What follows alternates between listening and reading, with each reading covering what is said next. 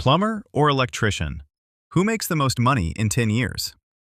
At the start, they're basically the same, around $30,000 to $45,000 a year. Hey there, Nothing let's get crazy this yet. plumbing project started. Plumbers can First, scale I'll measure the fast, pipe length. $50,000 to Now, I'll tighten this fitting $70,000 securely. within a few years. And there you Emergency have it. calls? Job's That's done. where they cash in.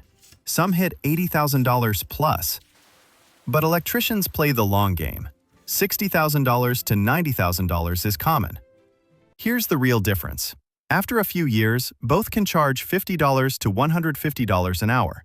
But electricians often get bigger, higher-paying projects. After 10 years, plumbers, $70,000 to $100,000. Electricians, $90,000 to $120,000 plus. So who wins? Electricians, slightly. But the truth? The one who starts a business wins every time.